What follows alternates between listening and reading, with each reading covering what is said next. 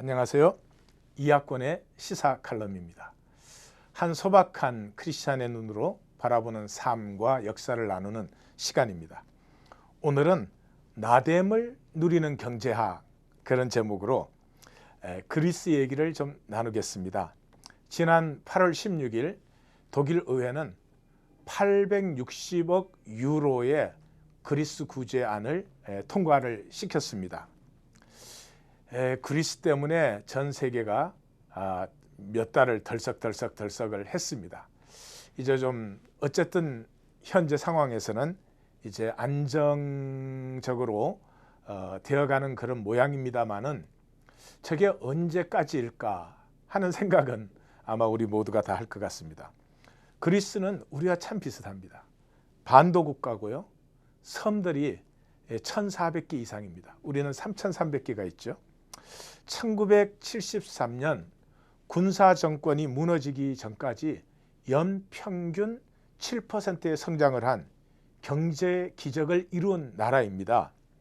1948년에는 GDP가 프랑스의 40%밖에 안 됐습니다. 그랬는데 2008년이면 얼마 안 됐죠? 98%, 프랑스의 98%까지 그렇게 성장을 했습니다. 인구는 1,100만이고요. 관광, 농업, 건설업을 주로 현재는 하고 있습니다. 문제는 이제 유로 단일존이 되면서부터 이제 문제가 본격화됐죠. 사실은 1999년 1월에 단일화폐 유로존이 출발을 했습니다. 지금 현재는 EU 28개국 중에서 자국 통화를 쓰는 나라가 9개, 나머지는 전부 이 유로존에 들어와 있습니다. 영국, 스웨덴, 덴마크, 폴란드 이런 나라들이 여전히 자국 화폐를 쓰는 EU에 들어와 있지만 자국 화폐를 쓰는 대표적인 나라죠. 이 그리스가 최근에 3번이나 디폴트가 되는 바람에 이번에 3차 구제안을 그렇게 만들어낸 것이죠. 여기에서 이제 제일 큰 문제는 EU존에 들어와 있기 때문에 환율의 주권이 없습니다. 다시 말해서 우리가 1997년에 IMF를 맞지 않았습니까? IMF를 마치고 우리는 굉장히 빨리 회복할 수가 있었습니다. 왜냐 그러면 IMF를 맞는 순간부터 원화의 환율이 팍 떨어졌습니다. 원화의 환율이 떨어짐으로 어떻게 됐습니까? 수출이 엄청나게 열리고 무역 흑자가 일어났습니다. 그래서 환율이 내려가니까 물가가 내려가고 경쟁력이 높아지므로 우리가 복귀하기가 쉬웠습니다. 그래도 한국이 그때 GDP 1%가 줄었습니다. 그런데도 IMF가 얼마나 우리 참담했습니까? 얼마나 망한 중소기업과 정말 하루아침에 그 노숙자가 된 사람들이 많았습니까? 그런데 그리스는 2009년 이후에 그러니까 유로존에 들어가고 나서 10년이 딱 지나고 나서부터 GDP가 26% 줄었습니다. 우리가 1% 줄었습니다. 그러니 그 그리스가 당한 그 충격이 어떻겠나 하는 건 상상을 초월하는 것이죠. 러시아가 90년대 초반에 GDP가 반토막 났습니다. 그때 러시아 사람들의 수명 자체가 줄었다고 합니다. 그러니까 그리스가 지나가고 있는 그 고통을 우리가 조금은 느낄 수 있을 것 같아요. 많은 사람들은 그리스도의 디폴트 그러면 제일 먼저 생각하는 것이 복지 파퓰리즘. 이 한국은 그 정치권에서 이것만 자꾸 부각을 시켜가지고 그런데 틀린 말은 아니죠. 이 과도한 그 복지 정책 때문에 GDP 대비 국가 부채가 180%까지 지금 올라갔습니다. 실업률은 26%를 지금 넘었죠. 그런데 경쟁력 있는 산업은 없고요. 그러니까 세수 확보가 되지 않고, 또 세 번째로 만연한 부패입니다. 제가 볼 때는 이게 제일 큰데요. 그리스에 부자들이 많았죠. 그리스에 어떤 재벌들이 많았습니까? 선박왕들이 많았죠. 그래서 그리스 소유 선박이 1970년대 말까지 5,000척이 넘었습니다. 유조선, 벌크선의 대양을 돌아다니는 이 배들의 아마 절반이 그리스 선박이었습니다. 근데 그리스의 세금이 높으니까 어떻게 했습니까? 배가 없어지지는 않았는데요. 현재 그리스로 등록된 이 배는 3,000척이 되지 못합니다. 그러니까 절반 가까이가 배의 그 소속을 다른 나라로 세금 싼 데로 바꾼 것이죠. 이것뿐만이 아니라 한국에 못지않는 그 그리스의 부패, 그것이 문제입니다. 자, 그런 그리스를 자 이번에 독일에서 구제금융을 또 하는데 그것이 문제 해결이 안 된다는 것을 세상이 다 알고 있습니다. 그러면 어떻게 할 것이냐? 그리스는 그대로 망하는 것이냐? 저는 그럴 필요가 없다라고 생각을 합니다. 위기는 기회이고요. 오히려 이때야말로 그리스가 이 전 세계에 사실은 무역의 헤제모니를 잡고 있지 않아도 미국이나 중국처럼 저러지 않아도 얼마든지 건강한 경제로 행복하게 살 수 있다는 걸 한번 보여줄 수 있으면 좋겠다. 뭐 저는 그런 생각을 혼자서 해봅니다. 자, 미국으로 돌아가서요. 미국이 2004년에 서프라임 모기지 충격이 왔습니다. 그때 뭐 난리가 났었죠. 그리고 2009년까지 한 5년 미국 경제가 계속 어렵다 소리를 했습니다.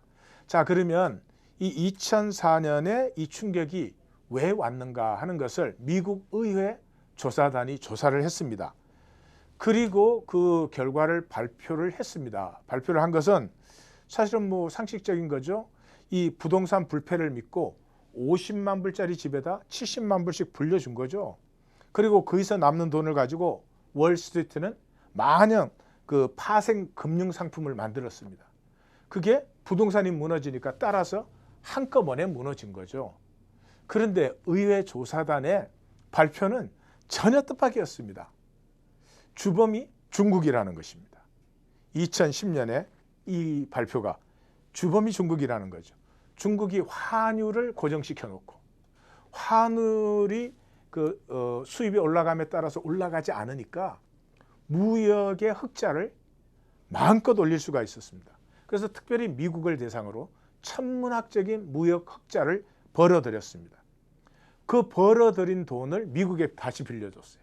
그러니까 미국은 중국에서 빌려다 온 돈으로 흥청만청 쓰고 50만 불짜리 집에 70만 불씩 빌려주고 이자만 받으면 경제가 돌아갈 것으로 이익은 마구 남는 것으로 그런 착각을 했습니다.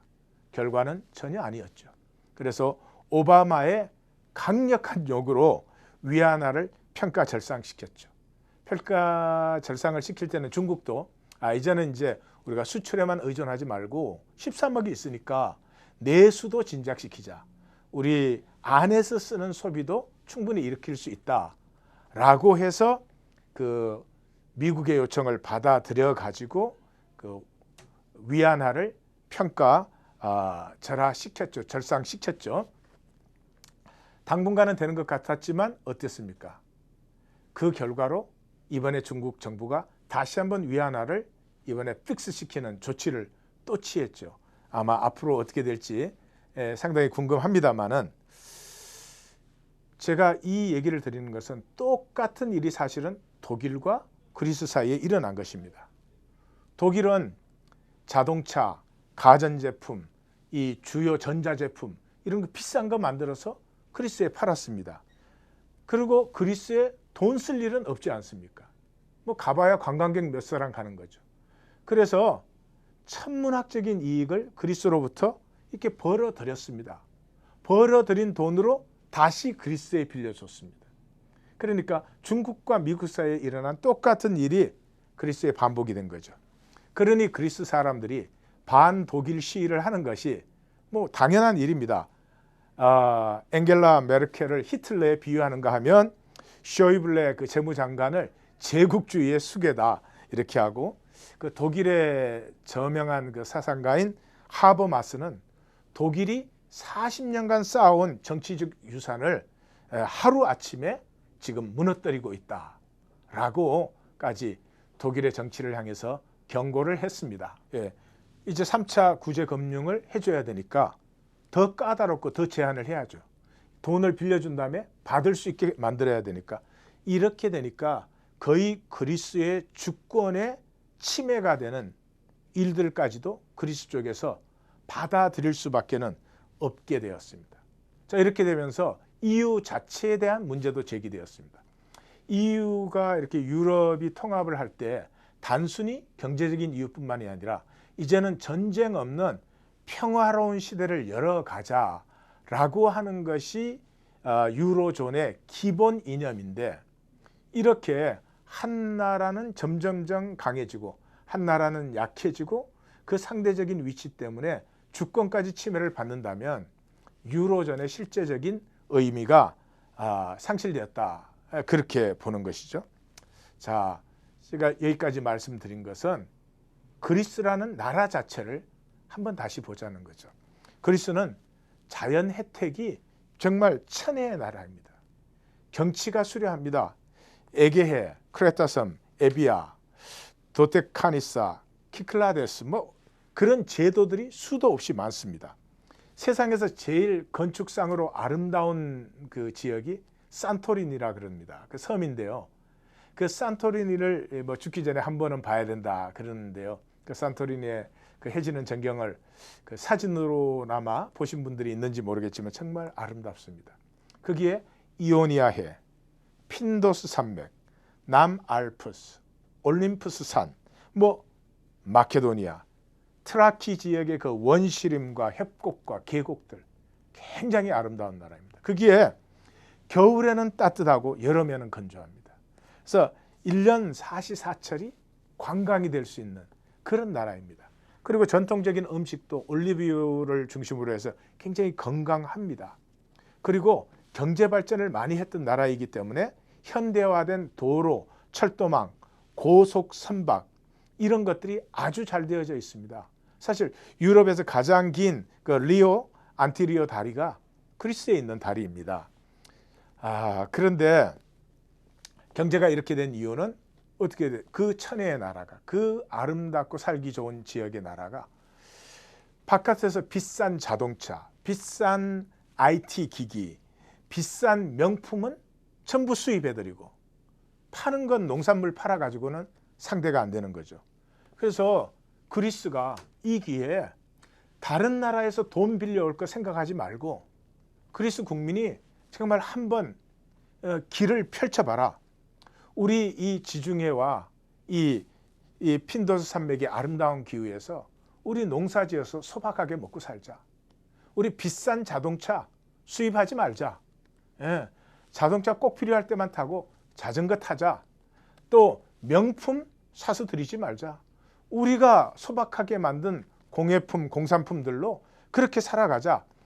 우리에게 있는 이 천혜의 자연과 조화가 되어서 마음 편하게 살자. 더 이상 브랜드 옷 입지 말고 우리 전통 옷 입자. 올게닉 수입하지 말고 우리가 농사지은 올리브유로 살자. 그 와인 마시고 그 빵 먹자. 만약에 그리스가 이렇게 한번 나갈 수만 있다면 전 세계에 그 사실은 힘 있는 몇 개국을 빼고 난 모든 나라에 어떤 소망의 상징도 될 수 있다. 그렇게 생각할 수 있습니다. 제가 그럼 꿈꾸는 것이냐? 꿈이겠죠. 그러나 실제로 지금 그런 일이 일어나고 있습니다. 코미 나이두라고 하는 그 그린피스의 지도자가 그리스에 들어가 가지고 그리스의 최고의 혜택은 1년 사시사철 밝은 햇빛입니다. 그래서 그리스의 그 농촌 지역을 그 솔라 에너지, 태양광선으로 바꾸는 그 운동, 무브먼트를 하고 있습니다. 그것을 통해서 이 저소득층의 그 비싸던 전기료가 현격하게 줄어들면서 많은 새로운 친환경 직장들이 만들어지고 있습니다. 전에는 발전소 하나 지으려면요, 외국 자본 들어들이죠. 외국 기계가 들어오죠. 외국 기술자가 들어오죠. 외국 설비를 하죠. 그 전기 좀 만들기 위해 가지고 외국의 좋은 일만 다 하고 그리스 자체는 돈을 잃어버리는 일을 했습니다. 이 태양 전기에서 우리가 볼 수 있는 것처럼 각 나라는 각 나라 나름대로의 특징과 이점이 분명히 있습니다. 이제 더 이상 세계화된 시대에 나보다 잘 사는 나라 쫓아가려고 황새 걸음을 걸을 것이 아니라 우리 시기에 우리 스스로 만들고 생산한 것으로 소박하게 행복을 가꾸는 그러한 나됨을 누리는 경제력의 시대로 한번 들어가 볼만 하지 않은가. 만약에 그리스가 이래 앞장설 수 있다면 그리스는 21세기에 결코 문제아가 아니라 이 세계 역사의 창조자가 될 수도 있을 것입니다. 지금까지 이학권의 시사칼럼이었습니다. 안녕히 계십시오.